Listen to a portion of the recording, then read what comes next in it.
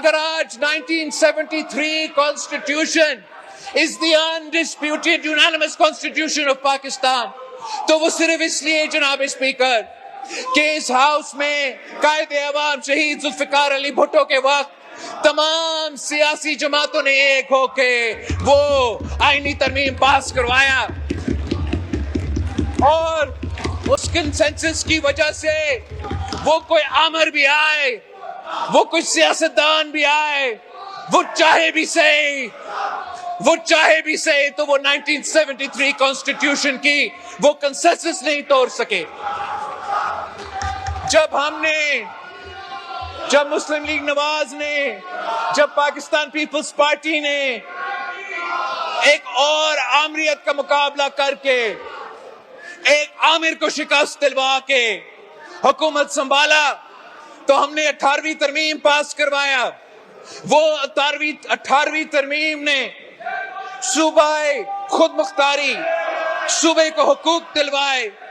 ہمارا جمہوریت میں فنڈامنٹل ریفارمز لے کر آئے، اور وہ کنسنسس کی وجہ سے اس 18th امینڈمنٹ میں اتنا طاقت ہے کہ جناب اسپیکر کسی کا باپ بھی چاہے وہ 18ویں ترمیم کو ختم نہیں کر سکتے، آج دن تک ختم نہیں کر سکتے۔ اور وہ اس لیے کہ اس 18ویں ترمیم پہ نہ صرف پیپلز پارٹی کی دستخط ہے، مسلم لیگ نواز کا دستخط ہے، مگر تمام سیاسی جماعتیں اتفاق رائے کے نتیجے میں وہ آئینی ترمیم لے کر آئے۔ 26th امینڈمنٹ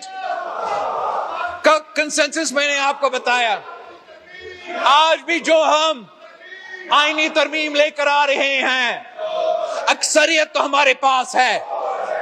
وہ کنسنسس ہم نہیں بنا سکے۔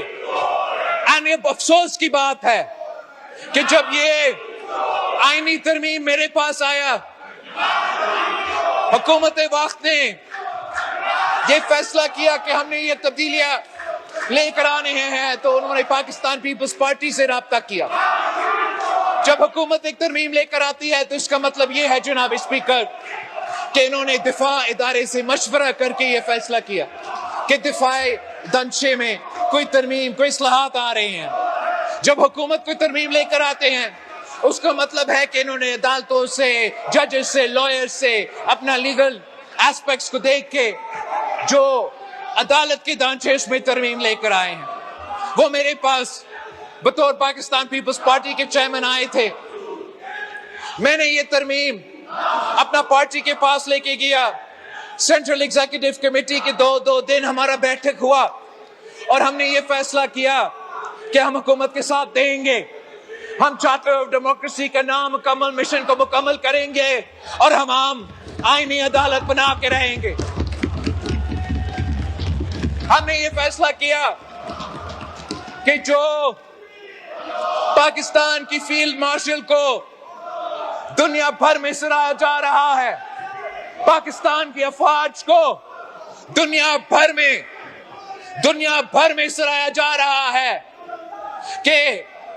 جو عبرتناک شکست آپ نے مودی کر سرکار کے ساتھ، جو عبرتناک شکست وہ کھائے، جو آپ نے ان کا 6 جہاز گرائے ہیں، اس کا نتیجے میں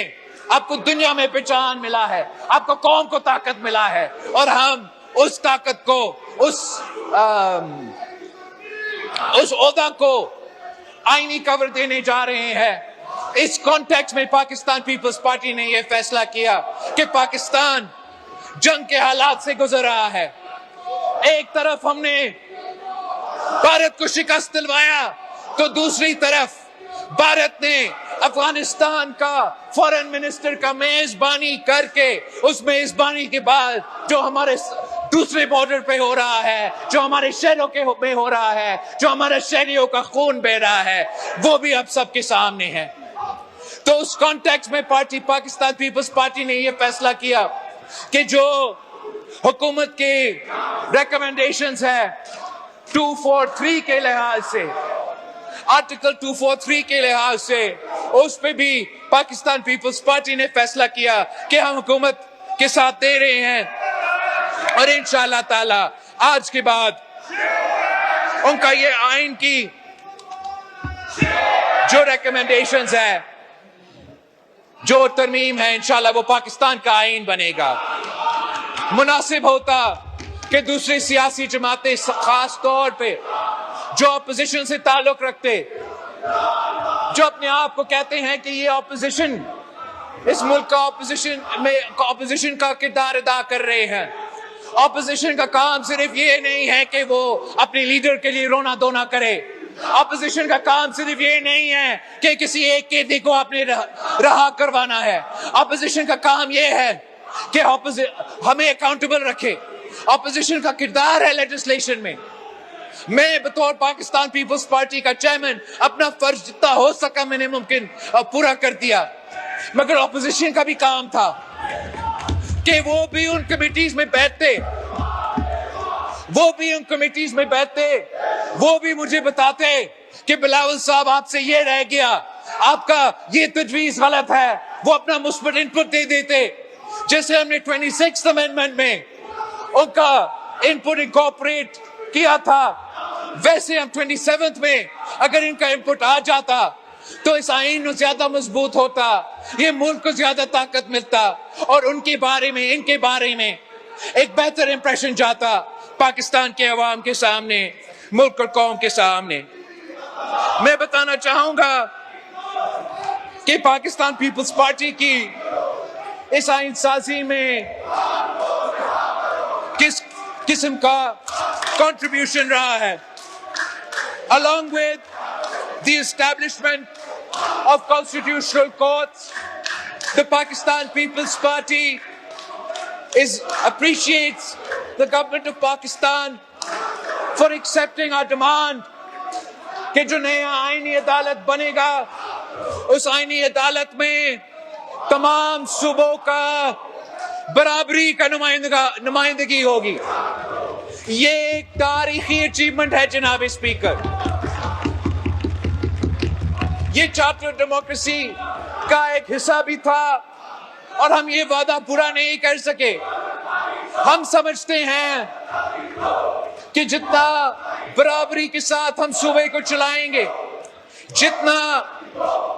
ایکوالٹی کے ساتھ ہم تمام صوبے کو چلائیں گے، اتنا ہی طاقتور ہمارا فیڈریشن ہوگا۔ اور میں سمجھتا ہوں کہ جو تمام قوتیں، سیاسی جماعتیں اس وقت 27ویں آئین کا مخالفت بھی کر رہے ہیں، ان کو ماننا پڑے گا کہ یہ ایک بہت بڑا کامیابی ہے کہ اب آئینی عدالت میں تمام صوبے کے برابری کا نمائندگی ہوگا۔ جناب اسپیکر، جب قائد عوام شہید ذوالفقار علی بھٹو کو تخت دار پہ چڑھایا گیا، ان عدالتوں نے عدالتی قتل کیا تھا، تو اس وقت اس بینچ پہ برابر کا نمائندگی نہیں تھا، اور اس ملک میں پاکستان میں ایک بہت برا امپریشن کیا، جس کی فیصلے کے نتیجے میں ہمارے وفاق کی بنیادیں ہل گئے تھے کہ ایک لڑکانوں کے وزیر اعظم کو سزائے موت کا سزا سنایا گیا، اور اس سزا میں جو تمام صوبے کے نمائندگی تھی، کسی ایک صوبہ کا اکثریت تھا، اور نہ صرف وہ فیصلہ غلط تھا، نہ صرف اس فیصلے کو ہم کنڈیم کر سکتے تھے، مگر جو ان کا اثرات وفاق پہ تھے ہم آج تک بھگت رہے ہیں۔ ہم وہ ایک غلطی آج ہم وہ غلطی درست کرنے جا رہے ہیں، چاہے وہ اچکزئی صاحب ہو یا کوئی ایسا سیاستدان ہو جو صوبائی خود مختاری میں بات کرتے آ رہے ہیں، جو صوبے کے حقوق پہ بات کرتے آ رہے ہیں، ان کو ماننا پڑے گا، کہنا پڑے گا کہ ہم نے یہ بہت بہت بہت تاریخی کامیابی حاصل کی ہے کہ جب آئینی بارے کے فیصلے ہوں گے اب تمام صوبے کے برابر کی نمائندگی کے نتیجے میں ہوں گے۔